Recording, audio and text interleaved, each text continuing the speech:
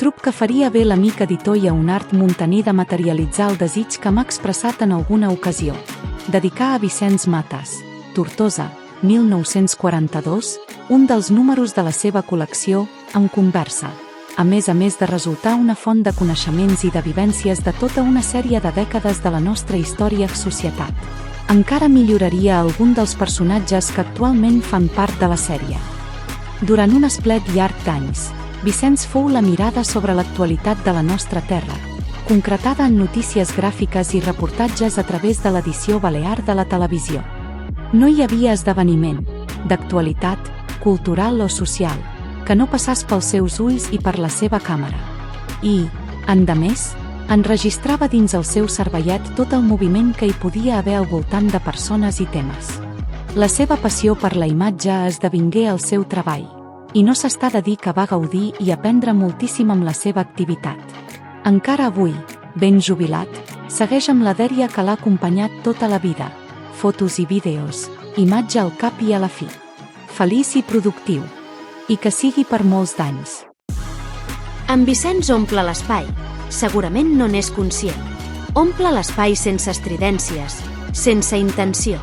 Envoltant la taula uns éssers encuriosits, per escoltar, per compartir, per adquirir tot allò que en Vicenç expressa, sense saber que, per més d'un, per més d'una, potser ens venen de nou els seus relats. La conversa continua, farcida de senzillesa, de curiositats i de sabers. En Vicenç comparteix, perquè la conversa així ho du, remeis naturals, que ja tenen història i que uns coneixien i altres no. El saïm com a pomada, l'oli de serp per a les cremades. En Vicenç canta una cançó de sales o de panades. Diu: una altra troballa. I com que una cosa du a l'altra parlam del sol pas i del seu sinònim o forma de diferent localitat, picau la sal, dels salers i solpassers. Un cop més es produeix el miracle d'aprendre, enmig de la sorpresa. En Vicenç ens regala anècdotes i material editat. Un poster amb fotografies seves, llepolies de Binissalem. Una meravella que es completa amb les explicacions d'Anna Maria, la companya amb qui a vegades treballa. Es tracta de detalls arquitectònics, que són allà i que l'ull no veu, però la càmera d'en Vicenç sí que capta.